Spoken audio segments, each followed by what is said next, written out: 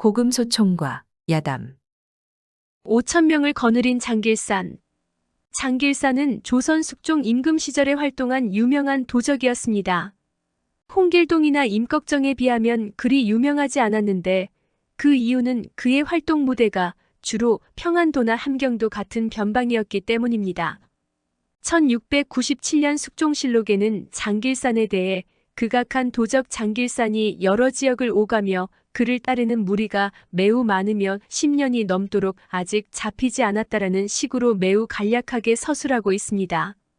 반면 조선시대 활동한 범죄자들을 수사한 기록인 추한급 구간에는 상당히 자세한 내용이 적혀 있습니다.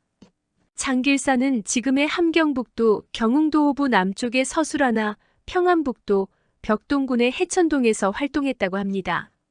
서술하는 현재 러시아 연해주와 국경을 마주한 곳이고 벽동군은 중국과 마주한 압록강 유역의 지역입니다. 두 곳 모두 조선의 북쪽 끝인 변방이라 할 수 있습니다.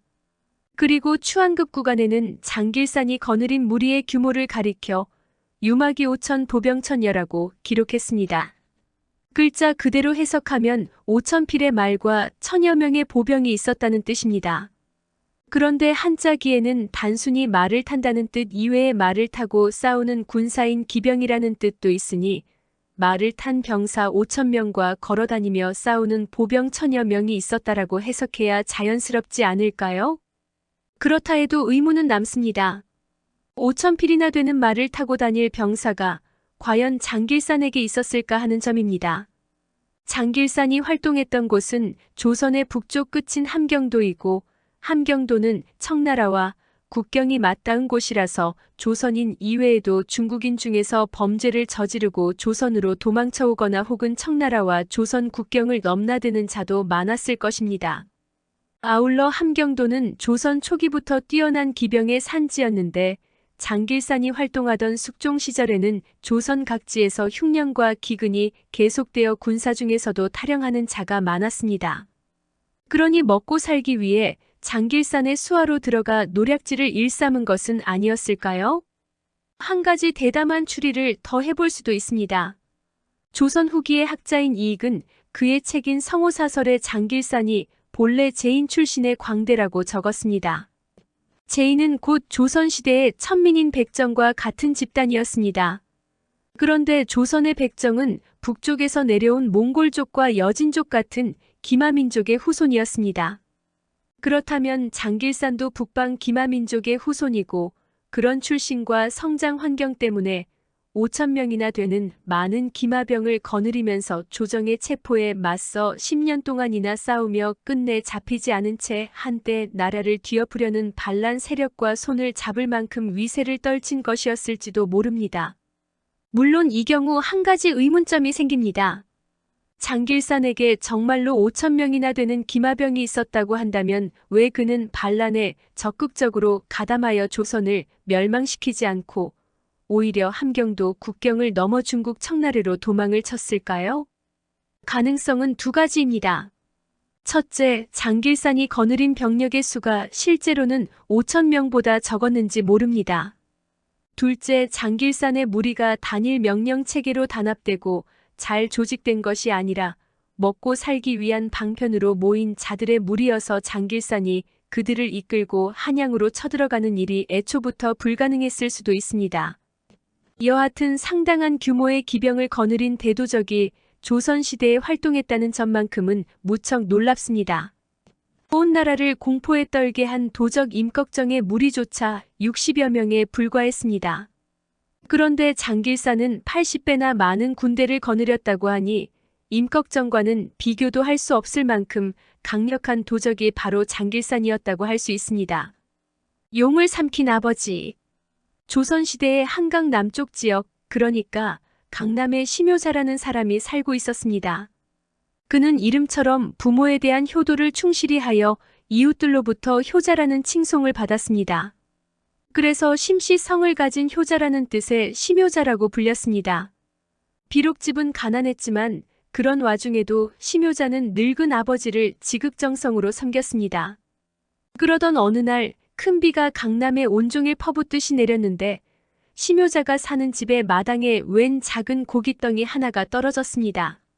가난한 집안 살림살이라서 평소에 고기를 먹기 어려웠던 터라 심효자는 이 고기는 하늘이 우리 집안에 내려주신 선물이로다 하고 여기고는 날 것으로 썰어 육회로 만들어 아버지한테 대접했습니다.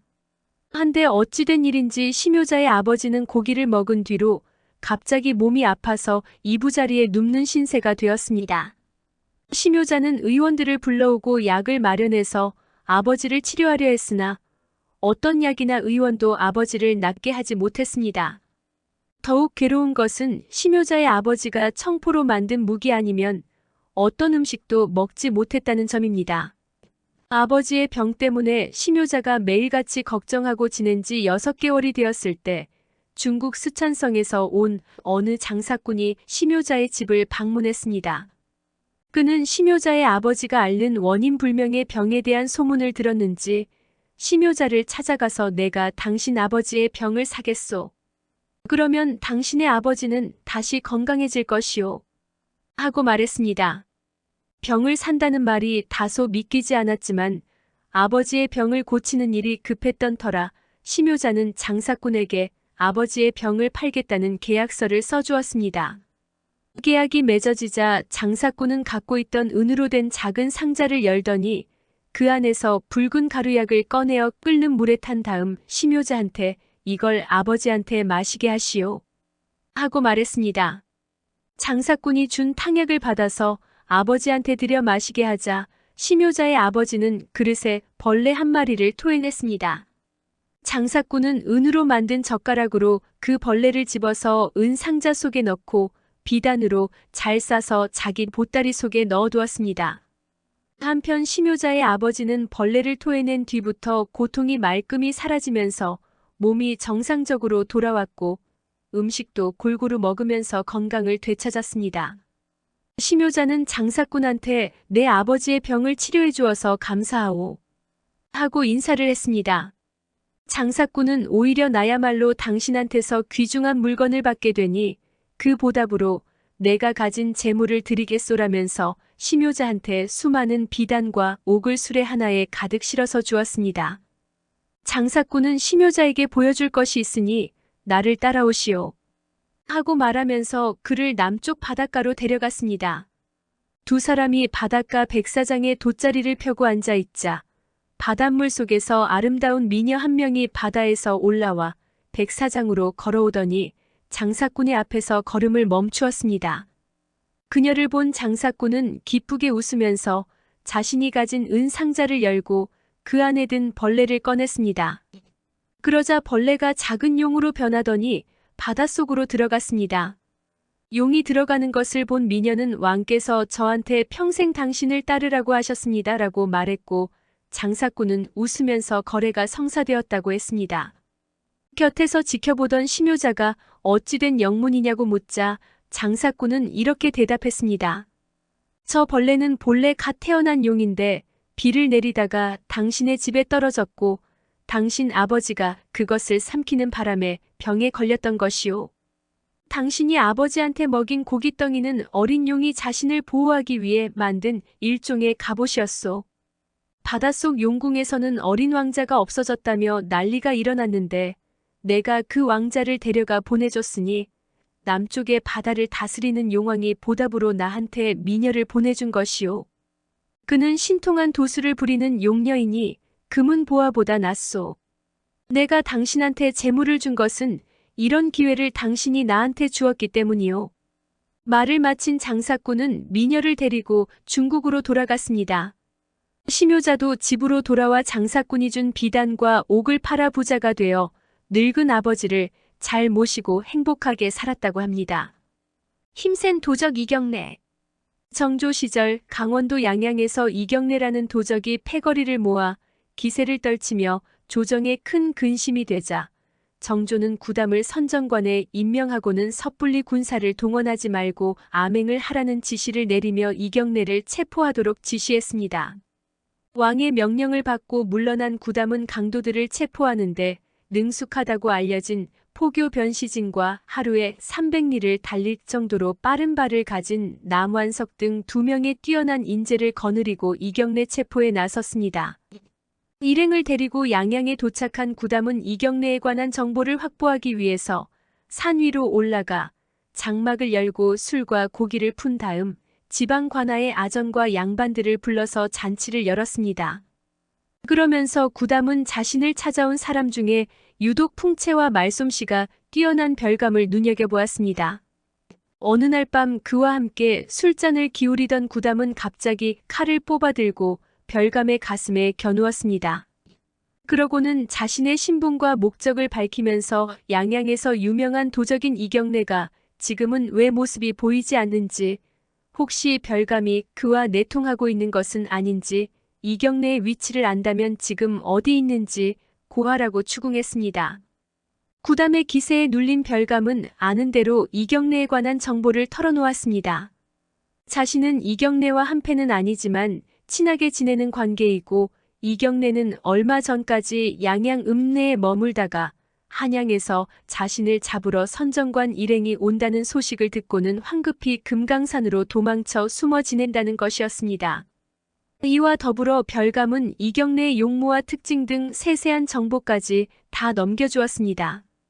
이경래의 위치를 알아낸 구담은 변시진과 남완석을 데리고 금강산으로 떠나 산 주변을 수색했습니다. 한 초막에서 불빛이 나는 것을 보고 호기심이 일어 그곳을 찾아갔습니다. 초막 안에는 승려 한 명이 있었는데 구담이 오는 것을 보자 황급히 커다란 집신 한 짝을 자신의 무릎 밑으로 숨겼습니다. 뭔가 떳떳지 못한 것을 본능적으로 숨기려 했다고 여긴 구담은 승려에게 그것이 이경래의 신발이 아니냐며 이경래가 있는 곳을 알 터이니 얼른 사실대로 말하라고 추궁했습니다. 구담이 이렇게 말한 것은 양양 별감에게 넘겨받은 이경래의 용모 파기 기록에서 이경래의 발이 매우 크다는 사실을 읽었기 때문이었습니다. 구담의 추궁에 승려는 이경래가 신을 집신을 삼고 있었다고 고백하면서 그가 술을 좋아하니 독한 술을 준비해서 취하게 하여 잡으라고 가르쳐 주었습니다. 이경래에 대한 구체적인 정보와 그 실체에 다가갈 방법을 찾은 구담은 매우 기뻐하면서 남완석을 급히 양양으로 보내 건강한 포졸 50명을 데려오게 했습니다. 또한 독한 소주를 구해 초막에서 팔면서 이 사실을 널리 알리도록 했습니다. 그 자신은 초막 앞에서 북을 치고 큰 소리로 노래를 부르며 사람들을 유인했습니다. 다음 날 이경래가 초막 앞에 그 모습을 드러냈습니다. 승려가 말한 대로 독한 소주를 판다는 소문과 구담이 북을 치고 노래를 부르는 소리가 귀에 들어간 모양이었습니다. 구담은 그에게 소주가 가득 담긴 술잔을 건네며 마시도록 권했습니다. 이경래는 구담이 내미는 대로 잔을 받아 실컷 마시고는 취하여 몸을 비틀거렸습니다. 그 모습을 지켜보고 있던 구담은 미리 소매 속에 숨겨둔 철퇴를 꺼내서 번개같이 이경래를 내리쳤습니다. 그러나 이경래는 힘이 장사여서 쓰러지지 않고 재빨리 초막 밖으로 달아났습니다. 구담은 포졸들과 함께 그의 뒤를 쫓았습니다. 각지에서 파수꾼들이 호각을 불자 이경래는 자신을 잡으러 군사들이 몰려오는 줄 알고 당황하여 우왕좌왕했습니다. 바로 그때 구담이 잽싸게 달려가서 이경래의 다리를 향해 힘을 실어 철퇴로 후려치자 이경래는 다리가 부러져 쓰러지고 말았습니다. 이경래를 붙잡는 데 성공한 구담은 그를 포승줄로 묶어 데려가게 했는데 그 와중에도 이경래는 무시무시한 괴력을 발휘하여 포승줄을 썩은 새끼줄처럼 끊어버렸습니다. 이에 구담이 철퇴로 이경래의 팔을 부러뜨렸습니다. 그제야 이경래는 힘을 쓰지 못하고 포승줄에 묶여 포졸들에게 붙잡힌 채로 한양까지 수레에 실려간 뒤 처형을 당했습니다. 이경래를 잡는데 큰 공을 세운 구담은 당상관에 올랐고 이경래와 친밀하거나 한 패거리였던 별감과 승려도 모두 포상을 받았습니다. 이경래의 위협은 이렇게 끝났으며 조선은 다시 평온을 되찾게 되었습니다. 딸로 태어난 불려우. 옛날 충청남도 연기군 지역에서 소를 사고 팔던 소장수가 한 명 있었습니다. 그는 아들 삼형제를 두었고 장사도 잘 되어서 풍족한 삶을 누리던 몸이었습니다.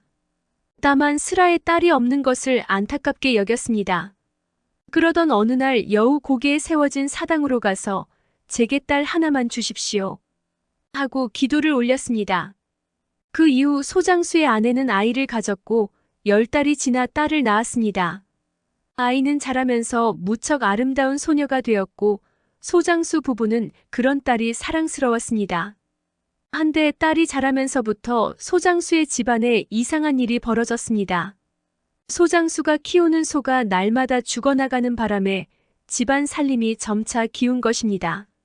소중한 생계수단인 소가 죽어나가자 소장수는 첫째 아들한테 밤에 소들을 살펴보아라 하고 말했습니다.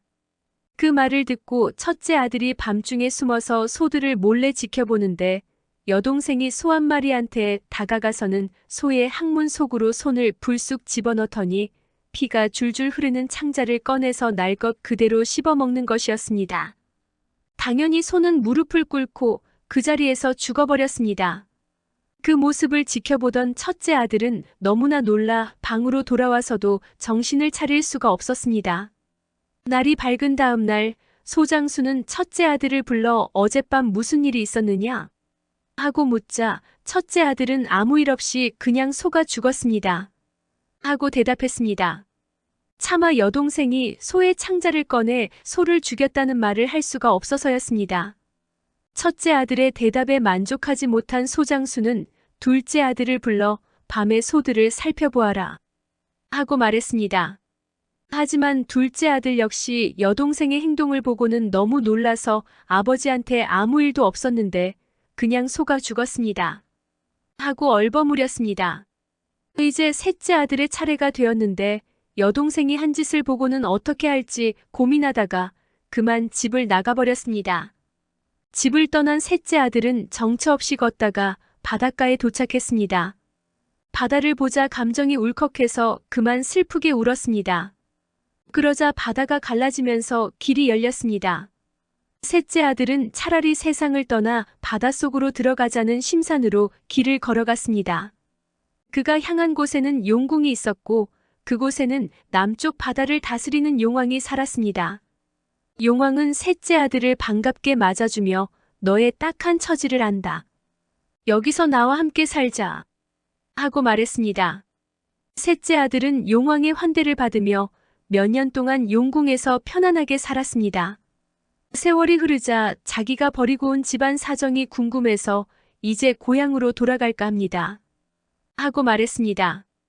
그 말에 용왕은 한숨을 쉬더니 노란색과 파란색과 붉은색으로 칠해진 병 3개를 주고는 집에 가거든 가마솥을 열지 마라.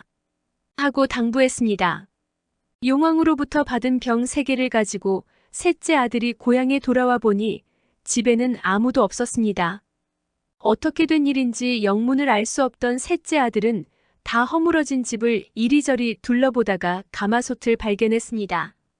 그 안에 무엇이 들어있는지 알고 싶어서 솥을 열어보자 그 안에는 여동생이 있었습니다. 오빠를 본 여동생은 그동안 전염병이 돌아 소와 식구는 모두 죽었습니다. 방으로 들어가 계시면 밥 한 끼를 지어줄게요. 하고 말했습니다. 셋째 아들은 그 말이 통 믿기지 않았지만 일단 방으로 들어가서는 바깥 사정에 귀를 기울였습니다. 여동생은 신이 난 듯이 웃으며 그동안 굶주렸는데 이제 오빠가 왔으니 몇 끼를 먹을 수 있겠구나 하고 말하는 것이었습니다. 그 말을 듣고 셋째 아들은 여동생이 소와 가족까지 모조리 잡아먹었다는 사실을 깨닫고는 혼신의 힘을 다해 벽을 뚫고 도망쳤습니다. 한데 얼마 못 가서 여동생이 셋째 아들을 쫓아오면서 어디로 도망가? 셋째 오빠도 잡아먹을 거야. 하고 소리를 질렀습니다. 그녀의 얼굴은 어느새 불려우로 변해 있었습니다.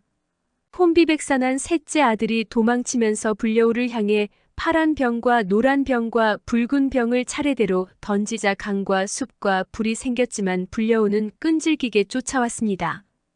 더 쓸 수단이 없어서 셋째 아들은 나무 위로 올라갔습니다.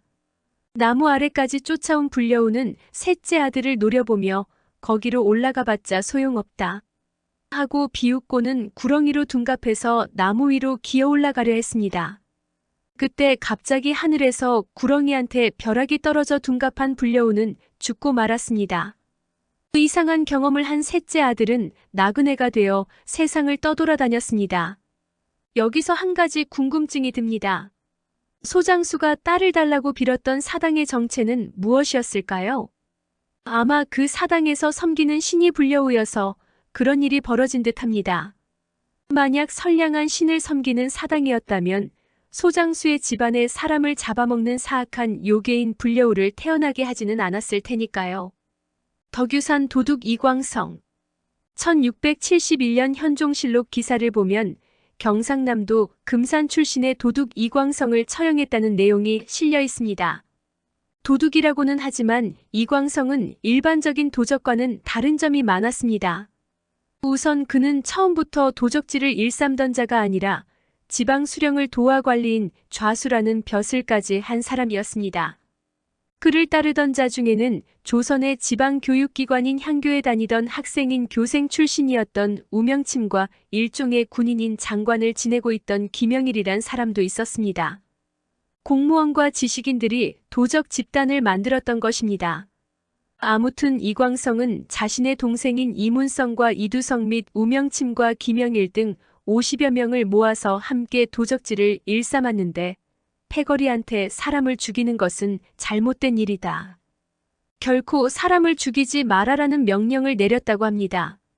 장영기나 임꺽정 같은 도적들이 사람들을 마구 죽인 사실을 감안한다면 그는 매우 특이한 도둑이라고 할 만합니다. 혹시 이광성은 단순히 도적질만 하려고 했던 것이 아니라 재물을 모아 미천을 마련한 뒤 더 큰 일, 그러니까 정권을 무너뜨리는 반란을 꿈꾸었던 것은 아니었을까요? 중국에서도 이자성 같은 큰 도적이 사람을 함부로 죽이지 않아 민심을 얻고 이를 통해 마침내 명나라를 무너뜨렸던 점을 보면 그런 의구심이 한층 짙어집니다. 이광성은 전라북도 덕유산 깊은 골짜기 속에 본거지를 마련하고는 산 근처에서 사냥하는 포수들 및 산에서 살아가는 승려들과 결탁하여 세력을 키웠습니다. 여기서 언급된 포수란 조선시대의 호랑이 같은 맹수들을 전문적으로 잡던 사냥꾼 집단인 산척을 가리킵니다. 이들은 다른 말로 산행포수나 산포수라는 이름으로 불렸는데 뛰어난 사격 솜씨로 명성을 떨쳤습니다. 1871년 승정원 일기를 보면 고종 임금이 수도인 한양을 지키는 군대인 경군과 지방을 지키는 군대인 향군이 산포수보다 못하다. 산포수가 100번 총을 쏘면 100번 다 맞기 때문이다. 하고 찬탄하는 내용이 나옵니다. 한편 이광성이 결탁한 승려들은 조선 숙종 임금 시절에 반란을 일으키려 했던 비밀 결사인 당취의 잔당이 아니었을까요?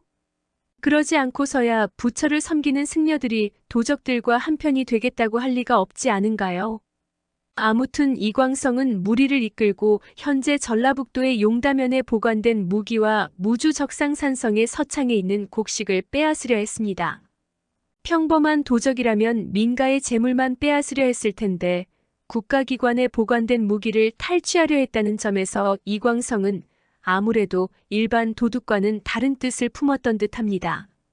하지만 이광성 일당은 오래가지 못하고 무너졌습니다. 금산 고을의 아전 황우룡의 사위인 권립이 이광성 일당의 무리 속에 위장 잠입하여 정보를 알아내고는 장인을 통해 관아에 고발하면서 곧 이광성 일당은 금산 군수인 이정에 의해 붙잡혔습니다. 아무래도 이광성 일당의 결속력이 그리 강하지는 않았던 모양입니다. 다만 권립은 자신의 정체를 알아챈 이광성 일당에 의해 죽임을 당했습니다. 이광성 무리가 관아에 붙잡혔을 무렵 일종의 도적대인 명화적 100여 명이 관아 근처에서 징을 두드리고 뿔피리를 불면서 도적질을 일삼는 사건이 벌어졌습니다. 이들이 이광성과 손을 잡은 집단인지 아니면 별개로 움직이던 집단인지는 알 수 없습니다. 하지만 그들의 움직임에 마을 사람들이 놀라서 56달 동안 계엄령이 내려지기도 했습니다. 이광성 사건을 보고받은 조정에서는 이들은 보통 강도가 아니므로 우두머리와 부하를 구별하지 않고 모두 엄히 처벌해야 한다라는 의견이 있었으나 시간이 지나자 그 일당을 모조리 한꺼번에 죽이면 너무 잔혹하다라는 반발이 일었습니다. 결국 현종 임금의 지시대로 이광성을 포함하여 그의 측근인 이문성과 이두성 및 우명침과 김영일 등을 포함한 39명은 처형되었고 11명은 섬으로 귀양을 갔으며 2명은 무죄로 판명되어 풀려났습니다. 이광성 사건은 전문 범죄자 집단이 아닌 공무원과 지식인들도 얼마든지 도적이 되어 반란같이 나라에 위협을 주는 일에 가담할 수 있음을 보여준 사례라고 할 수 있겠습니다. 백두산 자라. 한국의 전설이나 민담에서 자라는 바다를 다스리는 신인 용왕의 부하로 나옵니다. 유명한 전래 동화인 별주부전에서 자라는 토끼한테 속아 넘어가는 바보 역할로 나와서 더욱 우스꽝스럽게 그려집니다. 하지만 때에 따라서는 자라가 무서운 역할로 등장하는 이야기도 있습니다. 북한 백두산 지역에서 전해 내려오는 민담에 따르면 자라가 강력한 힘을 가진 악역으로 나오기도 합니다. 한반도 동쪽의 바다, 그러니까 동해를 다스리는 용왕한테는 자라, 아들이 하나 있었습니다. 자라는 웬만한 사람의 몸뚱이처럼 컸는데 도수를 부려 하늘에서 소나기가 퍼붓도록 하여 마을에 홍수를 일으키거나 아니면 큰 가뭄을 불러들여 흉년을 초래하는 식으로 횡포를 부리는 포악한 성질을 가졌습니다.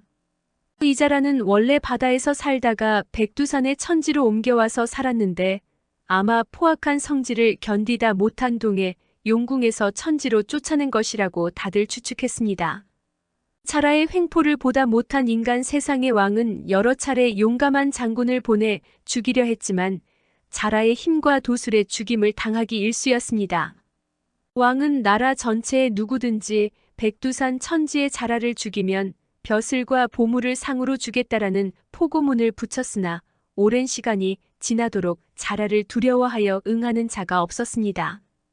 그러다가 사냥꾼 한 명이 왕을 찾아와서 자신의 아내와 동생이 자라한테 죽임을 당한 원한을 갚기 위해 자라를 죽이러 가겠다고 말했습니다.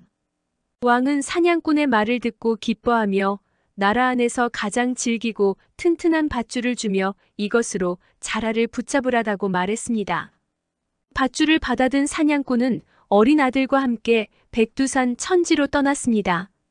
도중에 그는 노파로 둔갑한 백두산의 산신령이 주는 낚싯대를 받아들고 낚싯대에 왕이 준 밧줄을 낚싯줄 삼아 엮은 다음 노루와 사슴을 화살로 쏴 죽여서 그 살코기를 미끼로 끼워 천지 속에 던져 넣었습니다.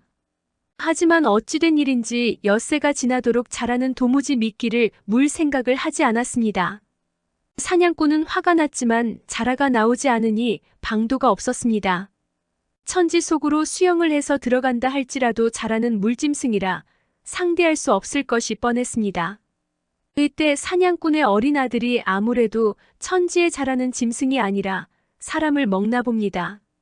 그러니 제가 미끼가 되겠어요. 하고 나서더니 직접 낚싯줄을 배에 묶고는 천지 속으로 뛰어들었습니다. 놀란 사냥꾼이 아들을 구하려고 낚싯줄을 잡아당겼는데 바로 그때 낚싯줄이 무언가에 걸린 듯 움직이지 않았습니다. 오랫동안 짐승들을 잡아온 사냥꾼은 본능적으로 뭔가가 미끼를 물었구나 하고 짐작하고는 온 힘을 다해 낚싯줄을 조금씩 끌어당겼습니다. 잠시 후 미끼를 문 것의 정체가 드러났습니다. 바로 커다란 천지 속의 자라였습니다. 천지 밖으로 모습을 드러내자 사냥꾼은 낚싯대 옆에 두었던 큰 맷돌을 들어 자라의 머리를 찍어버리려고 했으나 위험을 감지했는지 재빨리 천지 속으로 도망쳐버렸습니다. 사냥꾼은 다시 힘을 다해 낚싯줄을 끌어당기려 했지만 자라가 끈질기게 물속에서 버티는 바람에 도저히 끌어낼 수가 없었습니다. 이럴 수도 저럴 수도 없는 난감한 상황에서 갑자기 낚싯대를 빌려준 노파, 즉 백두산의 산신령이 나타났습니다. 산신령이 사냥꾼을 도와 낚싯대를 끌어당기자 더 버티지 못한 자라가 천지 밖으로 끌려 나왔습니다. 산신령도 그동안 자라가 부려왔던 행패를 두고 볼 수 없었던지 사냥꾼을 도와 자라를 응징하려 한 모양이었습니다. 산신령의 도움으로 자라를 끌어낸 사냥꾼은 자라를 뒤집어 버렸습니다. 그러자 자라는 버둥거리며 힘을 쓰지 못했습니다. 그 틈을 타서 사냥꾼은 칼을 꺼내 자라의 배를 갈랐습니다. 그 안에서 아들이 나왔으나 이미 죽은 상태였습니다. 스스로 미끼가 된 아들의 시체를 끌어안고 구슬프게 우는 사냥꾼의 모습이 불쌍했던지 산신령은 아들의 몸을 머리끝에서 발끝까지 손으로 쓰다듬어 아들을 다시 살려냈습니다. 사냥꾼이 감사의 인사를 올리려 하자 산신령은 사라져버렸습니다. 사냥꾼은 자라의 사체를 왕 앞에 가져가서 자신이 자라를 죽였음을 증명했습니다. 왕은 사냥꾼에게 약속한 벼슬과 상금을 주겠다고 했지만 사냥꾼은 소인에게 상을 주지 마시고 모든 백성의 세금을 줄여주십시오. 그것이 진정 훌륭한 상입니다. 하고 말했습니다. 왕은 그 말대로 나라 안의 세금을 줄여주었고 사냥꾼은 아들과 함께 고향으로 돌아가 행복하고 편안하게 살았다고 전해집니다. 정열입의 난. 조선 역사상 예언을 이용한 반란 사건은 무수히 많았습니다. 하지만 그 중에서도 가장 큰 파문을 일으킨 사건은 임진왜란 직전에 일어난 정열입의 난이었습니다.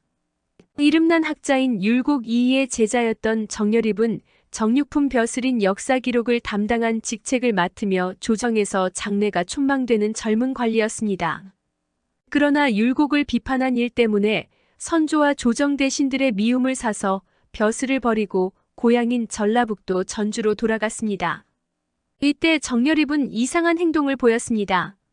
주변에 용감한 무사를 불러 모아 대동계라는 조직을 만들고는 매월 15일이 되면 무사들을 한 곳에 모아서 활을 쏘고 술과 음식을 먹는 행사를 치른 것입니다. 이 대동계는 꽤 명성이 높은 단체였습니다. 1587년 전라남도 손죽도에 왜구가 침략해오자 전주 부윤인 남원경이 대동계에 왜구를 물리쳐달라는 요청을 하자 출동한 대동계가 왜구를 격퇴했기 때문입니다. 왜구를 물리친 이후 정열입은 활동 범위를 넓혀갔습니다. 유교를 떠받들고 불교를 깔보던 조선 사회에서 하층민으로 취급받던 승려를 끌어들인 것입니다. 그는 전라북도 운봉의 승려인 의연과 손을 잡고 그로 하여금 지리산 동굴 속에다 목자가 망하고 전읍이 일어난다는 글씨를 새긴 돌판을 넣어두고 이를 주위에 소문으로 퍼뜨리게 했습니다. 목자란 곧 이를 말하니 이는 조선 왕조의 성씨인 이씨이며 전읍은 정열입 자신의 성씨인 정을 가리킵니다. 그러므로 이는 이씨 왕실이 곧 망하고 정열입이 왕위에 오른다는 예언인 셈이었습니다. 또한 의연은 자신이 명나라 요동에서 나왔다고 출신을 속이며 사람들을 만나면 내가 요동에 있을 때 조선을 바라보니 왕의 기운이 있었는데 조선에 와서 살펴보니 그 기운이 전라도 전주 동문 밖에 있었다라고 말하고 다녔습니다. 그래서 전라도 전주에 왕의 기운이 있다는 소문이 주변에 널리 퍼졌습니다. 전주는 정열입의 고향이니 이는 정열입이 장차왕이 된다는 뜻이었습니다. 정열입에게는 정옥남이라는 아들이 있었는데 그는 눈동자가 2개여서 주위 사람들이 이상하게 여겼습니다. 한편 정열입은 내 아들의 등에 왕자 무늬가 있다라고 소문을 내고 다녔다고 합니다. 정열입의 뒤를 이어 정옥남도 왕이 된다는 식의 은근한 예언이었던 것입니다.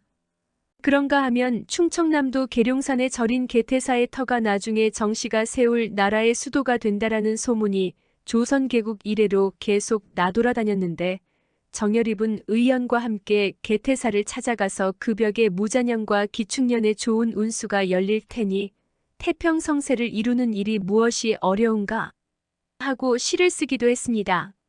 이 밖에도 전라도 전주 지방의 성인이 나타나서 모든 세금을 없애고 도망친 노비들을 잡지 않으며 서자들한테도 벼슬을 주면서 백성을 구원할 것이다라는 소문이 멀리 황해도에까지 나돌았습니다.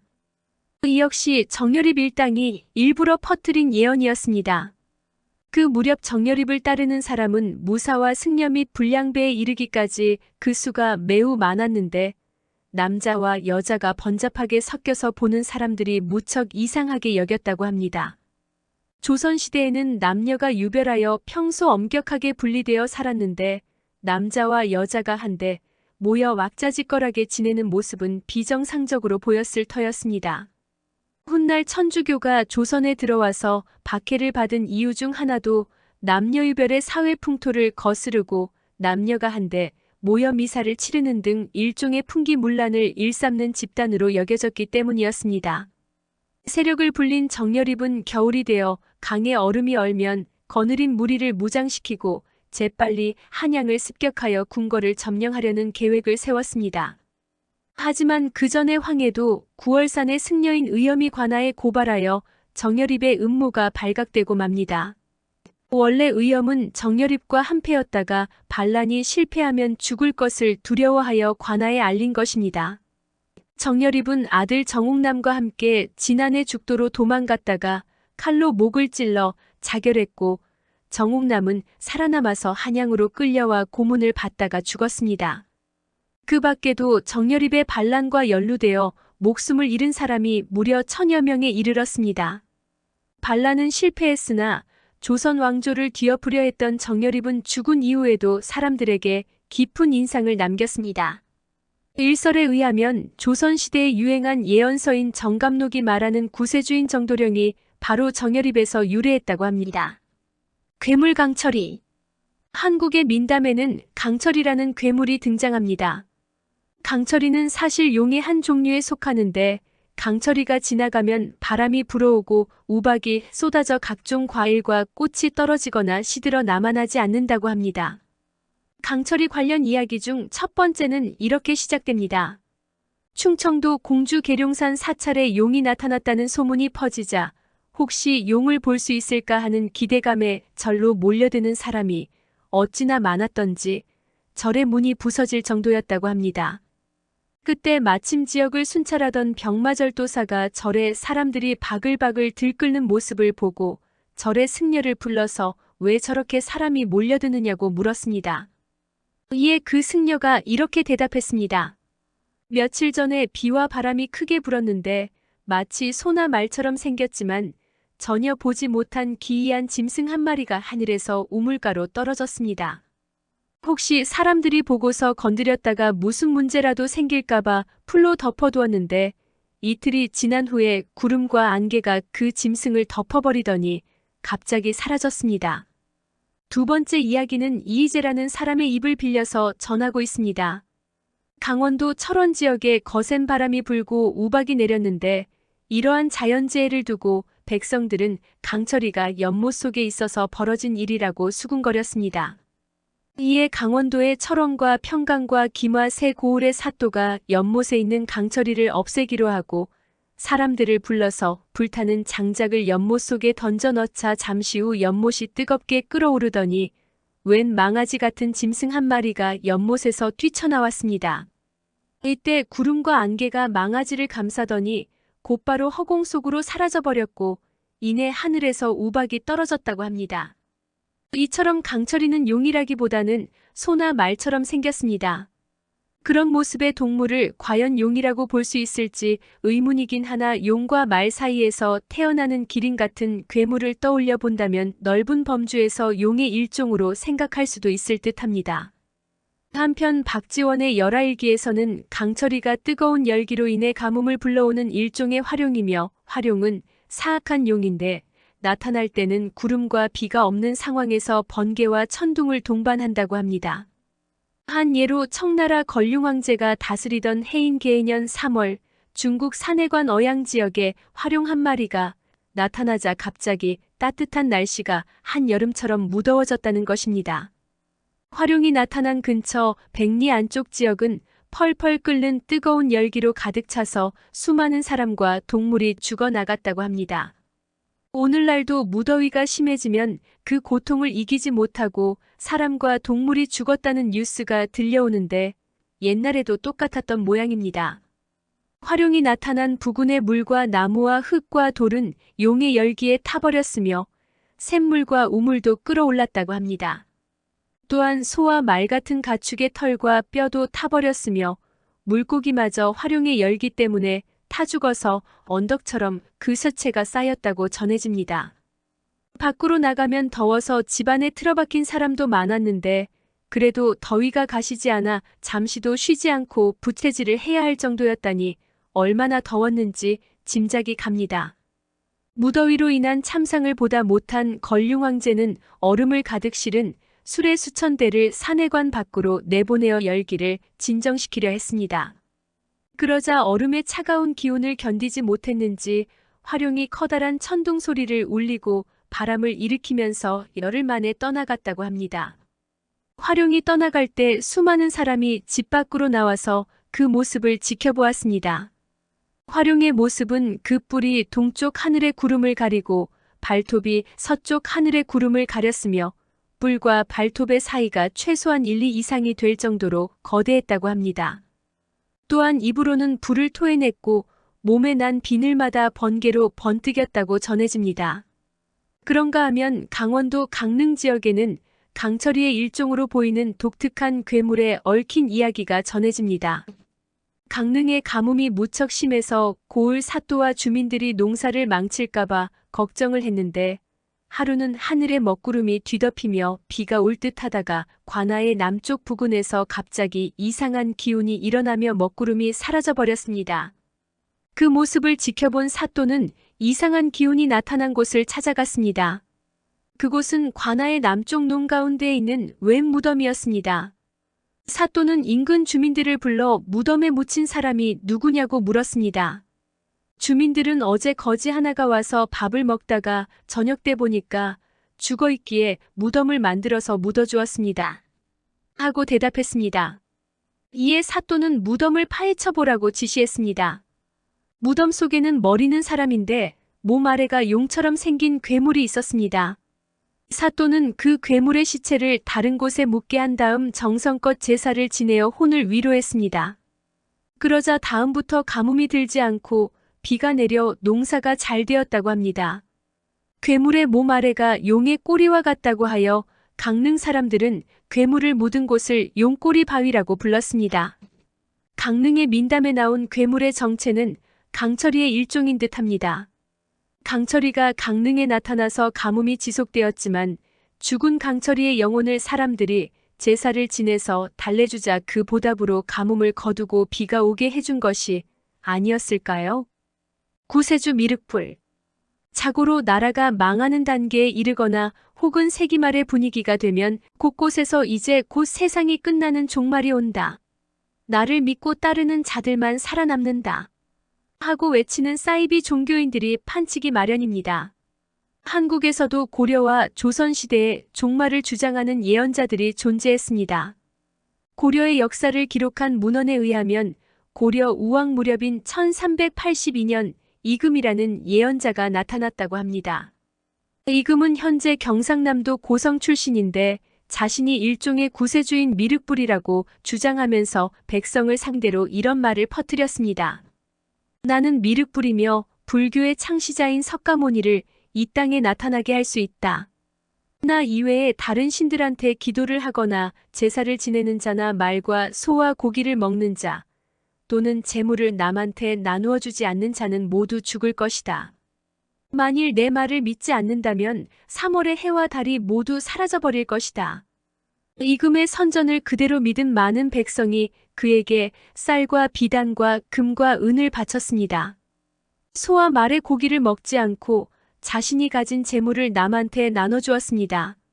자기 말이 먹혀드는 것을 본 이금은 나는 산과 강의 귀신들을 일본에 보내어 왜구들을 사로잡을 수 있다라는 새로운 선전을 하며 백성을 현혹했습니다.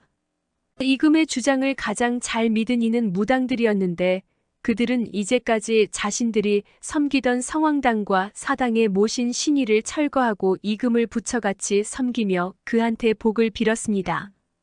종화라는 이름을 가진 불량배와 무리는 자신들을 이금의 제자라고 속이고 다녔으며 그들이 나타나면 마을의 지방 관리들은 객관으로 초대해서 대접을 하기도 했습니다. 판사의 벼슬을 지냈던 양원격이란 사람도 이금을 섬기는 신도가 되었을 만큼 이금의 위세는 대단했습니다. 하지만 이금과 그를 따르는 무리가 지금의 충청북도 청주에 나타나자 청주 목사인 권화는 이금을 포함한 5명의 우두머리를 따로 유인한 다음 재빨리 묶어서 가둬버렸습니다. 그러고는 이 사실을 조정에 알렸습니다. 조정에서는 그들을 모두 죽이라고 명하여 이금 등 5명은 목이 잘려 죽었습니다. 양원격은 달아났다가 붙잡혀서 곤장을 맞고 귀양을 가다가 죽었습니다. 이리하여 한때 기세등등했던 이금의 무리는 허무하게 몰락하고 말았습니다. 이금의 죽음으로부터 300년 후인 1688년에는 여환이라는 승려가 민간에 요망한 소문을 퍼뜨리며 반란을 일으키려다 실패한 일이 있었습니다. 여환은 강원도 통천 출신으로 황해도 백성을 상대로 이런 소문을 퍼뜨렸습니다. 나는 3년 동안 공부를 하여 도를 깨우쳤다. 일찍이 강원도 김화의 천불산에서 수행을 하다가 7개의 별이 나에게 내려와 사만을 주었다. 이제 석가모니의 운수는 끝났고 앞으로는 미륵이 세상을 다스린다. 또한 이 세상은 오래 갈 수가 없으니 용이 곧 아들을 낳아서 나라를 다스릴 것이다. 경기도 양주에 정씨 성을 가진 사람이 있으니 그가 바로 정감록에서 말하는 구세주인 정도령이고 그의 아내인 무당이 곧 용녀 부인인데 그들은 구름을 일으키고 비를 오게 하는 신비한 힘이 있다. 당시는 숙종 임금 14년이었는데 심한 흉년이 들어 곳곳에서 민심이 흉흉하던 때였습니다. 여환의 선동은 불안한 백성들에게 매우 잘 먹혀들었고 순식간에 여환을 따르는 자가 많아졌습니다. 여환은 그들을 상대로 7월에 한양은 큰 비가 내려서 산이 무너지고 궁궐도 지킬 수 없게 된다. 라고 주장했습니다. 7월 15일에 여환과 그 일당인 황해와 정원태 등은 각자 칼과 갑옷과 투구 등의 군장을 준비했습니다. 한편 여환의 아내인 원양은 남자 옷으로 갈아입고 한양 안으로 몰래 들어가서 비 오기를 기다렸다가 대궐을 침범하기로 약속했습니다. 그러나 그날 비가 오지 않자 여환은 하늘을 우러러보며 나의 공부가 다 이루어지지 못해서 하늘이 아직 응해주지 않는구나라고 탄식하면서 삼각산에 올라가 경문을 외며 하늘에 빌어 비가 내리기를 기원했으나 아무리 빌어도 한양은 무사했습니다. 결국 여환이 꾸민 계획은 모두 수포가 되었습니다. 이 일로 여환 일당은 의금부에 체포되어 모조리 목이 잘려 죽었습니다. 거인 식인종. 지금의 충청북도 청주에 사는 장사꾼 한 명이 미역을 사기 위해 제주도로 갔는데 그곳에서 두 다리가 잘린 노인 한 명을 보았습니다. 그 모습을 보고 이상하게 여긴 장사꾼이 어르신은 무슨 일이 있었기에 다리가 잘렸습니까? 라고 묻자 노인은 자신이 겪었던 일들을 장사꾼한테 들려주기 시작했습니다. 노인은 젊은 시절 20여 명의 동료와 함께 배를 타고 바다에 나간 적이 있었습니다. 그런데 거센 바람과 파도에 휩쓸려서 어디로 가는지 전혀 방향을 가늠할 수 없는 상황이 하루 이상 계속되다가 마침내 어느 섬에 도착하면서 끝이 났습니다. 그 섬에는 언덕이 있었고 그 언덕 위에는 높은 집이 지어져 있었습니다.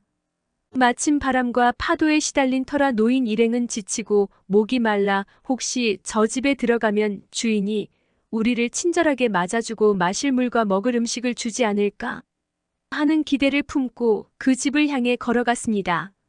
막상 집 앞에 도착하자 집의 문이 열리면서 누구도 예측하지 못한 뜻밖의 상황이 펼쳐졌습니다. 그 집의 주인은 키가 무려 60m나 되었고 허리에 둘레는 10명의 사람이 끌어안아야 할 만큼 굵었습니다. 얼굴은 먹물처럼 새까맣고 두 눈동자는 등잔불처럼 빨갛게 타올랐고 머리카락과 수염은 붉은 실처럼 생겼습니다. 게다가 목소리는 마치 당나귀의 울음소리와 같아서 무슨 말을 하는 것인지 한마디도 알아듣지 못했습니다. 노인 일행을 본 집의 주인, 즉 거인은 큼지막한 두 손으로 일행을 모두 잡아채서는 집 안으로 데려왔습니다. 그리고 집의 대문을 닫더니 나무 장작들을 가져와서 마당에 쌓아 불을 지르고는 일행 중에 키가 큰 젊은이 한 명을 한 손으로 움켜잡더니 곧바로 장작불에 던져 태워 죽였습니다.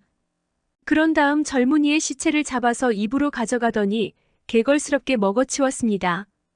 그걸 본 일행들은 소름이 끼치면서 비로소 사실을 깨달았습니다. 거인은 무시무시한 식인종이었던 것입니다. 사람을 잡아먹은 거인은 큰 항아리에 보관된 술을 실컷 퍼마시고는 천둥처럼 코를 골며 잠들어 버렸습니다. 노인 일행은 도망치려고 했지만 집의 대문이 너무 크고 집 근처를 둘러싼 나무 담장의 높이가 무려 90m나 되어서 도저히 뛰어넘을 수가 없었습니다. 절망에 빠져 일행이 울고 있을 때 그중 한 사람이 나서서 이대로 가만히 잡아먹힐 바에야 차라리 우리가 가진 칼로 거인의 눈을 찌른 뒤에 목을 찔러서라도 맞서 싸워보자 하고 설득하여 모두 그 의견에 따랐습니다. 자고 있는 거인한테 일행이 달려들어 옷 속에 넣어둔 칼을 꺼내서 거인의 눈을 찌르자 거인은 고통스러워하면서 일행을 잡고자 두 손을 휘저었습니다. 그때 일행은 집의 뒤뜰에 놓인 울타리 안에 양과 돼지들이 60여 마리 있다는 사실을 알고는 재빨리 울타리 안으로 도망쳐 들어갔습니다. 일행을 잡지 못하고 눈을 다쳐 앞을 못 보게 된 거인은 대문을 열고는 양과 돼지들을 집 밖으로 내보냈습니다. 가축들이 다 빠져나간 뒤에 남은 일행을 잡으려는 속셈에서였습니다. 그러나 일행은 각자 양이나 돼지를 등에 지고 나갔기에 거인이 아무리 손으로 만져봐야 짐승들만 만질 뿐이어서 일행들을 붙잡아두지 못했습니다. 그렇게 해서 빠져나간 일행은 배로 달려가 타고는 떠날 준비를 했는데 거인이 언덕에서 크게 소리를 지르자 잠시 후 거인과 똑같이 생긴 3명의 거인이 나타나더니 배를 향해 몰려왔습니다. 그들의 덩치가 어찌나 큰지 한 번 걸을 때마다 거리가 약 10.8m나 좁혀지며 순식간에 일행이 탄 배에 다다랐습니다. 거인들이 배전을 잡고 배를 당겨보려 하자 일행들은 배의 돛대로 거인의 손가락을 내려찍고 거인들이 고통에 몸부림치는 동안 서둘러 배를 띄우고 바다로 나아갔습니다. 다행히 거인들은 바다를 건너지는 못하는지 일행이 도망치는 모습을 보고만 있을 뿐이었습니다. 간신히 식인종 거인들의 섬에서 벗어났지만 도중에 심한 태풍을 만나 배가 부서져 일행은 모조리 바다에 빠져 죽었습니다. 노인은 겨우 부서진 배의 판자 조각을 붙잡고 바다 위를 떠돌다가 그만 악어에게 두 다리를 먹히고 목숨만 건진 상태에서 제주도로 가는 배를 만나 간신히 살아서 돌아왔다고 합니다. 물고기 인간. 경상남도 통영시의 수우도는 인구 60명 안팎의 작은 섬이지만 흥미로운 전설이 전해 내려오고 있습니다. 지금도 수우도 주민들은 서론이라는 초인적인 힘과 용맹을 지닌 인물을 신으로 숭배하며 매년 10월 보름마다 사당인 지령사에서 그를 기리는 제사를 지냅니다. 수우도의 전설에 따르면 서론의 이력은 이렇습니다. 옛날 수우도에 어느 부부가 살았는데 불행히도 그들에게는 아이가 없었습니다. 부부는 왜 아이가 생기지 않는지를 놓고 걱정이 많았는데 그러던 중 아내가 아이를 임신하게 되었습니다. 아이는 무려 1년이 다 되어서야 간신히 태어났으니 그가 바로 서론이었습니다. 서론은 다른 아이들보다 키가 크고 영리했으며 힘도 셌습니다. 그보다 더 특별한 점은 따로 있었습니다. 서론은 자라면서 몸에 물고기 같은 비늘이 솟아났으며 허파에는 물고기처럼 아가미가 달렸습니다. 그래서인지 서론은 보름 동안이나 수영을 하고도 지치지 않았고 깊은 바닷속으로 들어가 두 손으로 물고기를 잡는 일도 가능했습니다. 당시 수우도를 포함한 남해안 일대는 일본에서 쳐들어온 해적인 왜구의 노략질에 크게 시달리던 중이었습니다.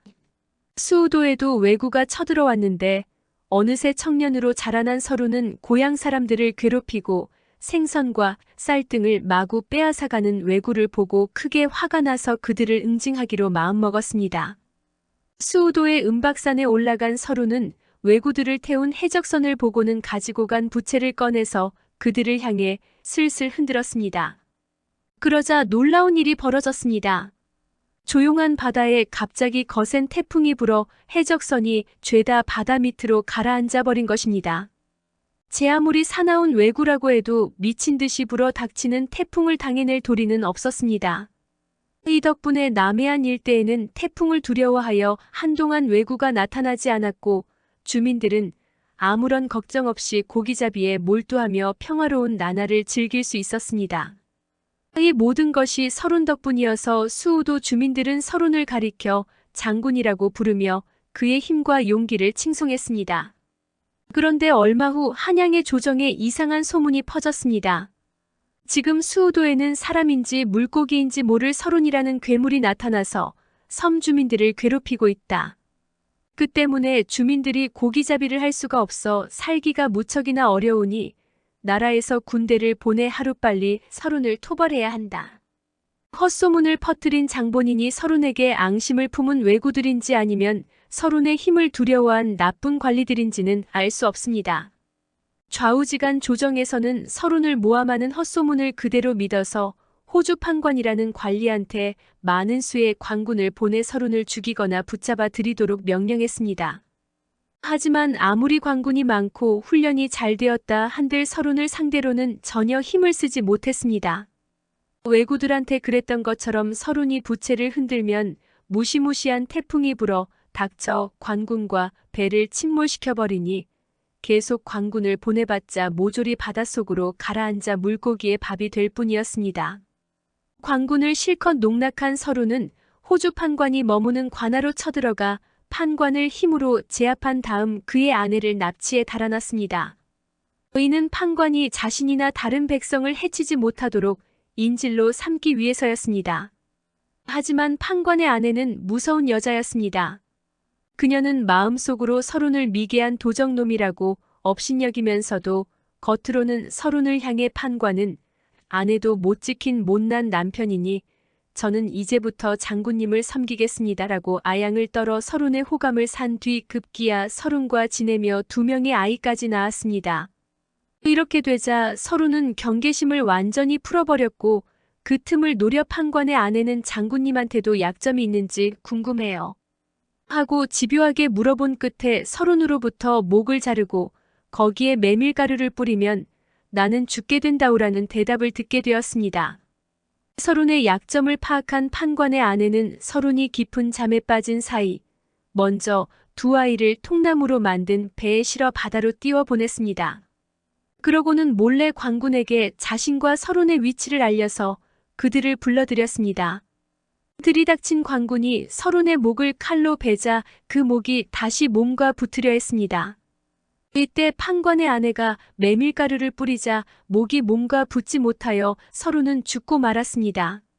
서론이 죽자 왜구의 침략이 계속되었습니다. 수우도 주민들은 서론이 지켜주어 왜구가 없던 때를 그리워하여 죽은 서론을 신으로 섬기며 그를 숭배하는 제사를 매년 10월 보름마다 엄숙히 지냈는데 지금도 그 풍속이 전해지고 있다고 합니다. 할머니로 둔갑한 여우. 옛날 홍성군에 2 형제가 살았습니다. 그들의 부모가 죽자 욕심이 많았던 형은 죽은 부모가 물려준 재산을 몽땅 가로채고는 동생을 빈털터리로 만들어 내쫓아버렸습니다. 하루아침에 거지가 된 동생은 먹고 살기 위해 어쩔 수 없이 소금을 파는 장사를 시작했습니다. 소금 장수가 된 동생은 소금 가마니를 등에 지고 이리저리 돌아다녔습니다. 하루는 산을 넘어가다 힘들어 쉬던 도중 이상한 광경을 보게 되었습니다. 소나무 숲에서 여우가 사람의 해골을 덮어쓰고는 공중으로 제주넘기를 3번 하자 할머니로 둔갑한 것입니다. 할머니로 변한 여우는 산을 넘어갔습니다. 그 모습을 숨어서 지켜보던 동생은 사람의 해골을 쓰고 둔갑한 여우라면 분명히 나쁜 짐승일 테고 사람들한테 해를 끼칠 위험이 크니 내가 뒤따라가서 막아야겠다라는 생각을 하고는 여우를 몰래 따라갔습니다.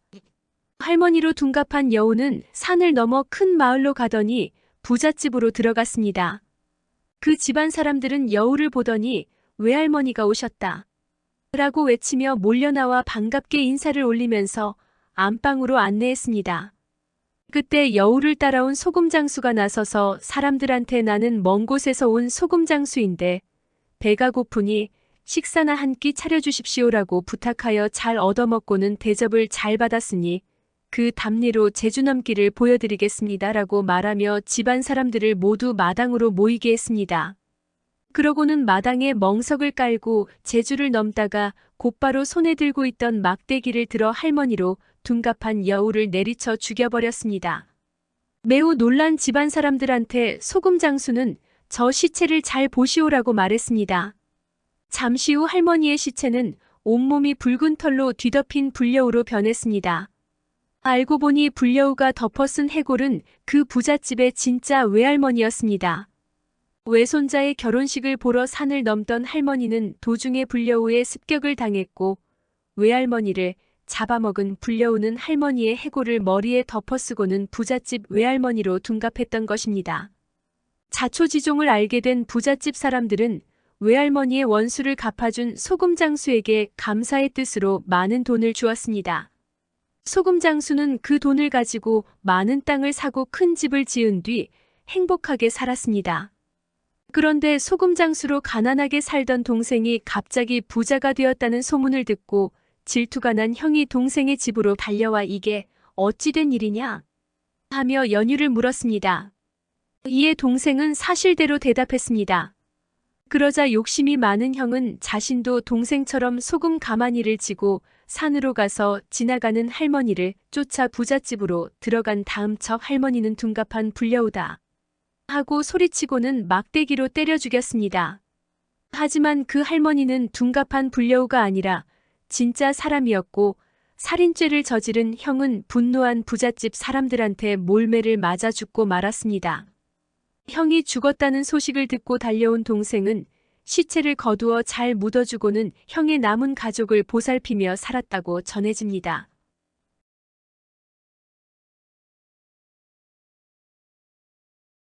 구독과 좋아요, 알람 설정 부탁드리옵니다.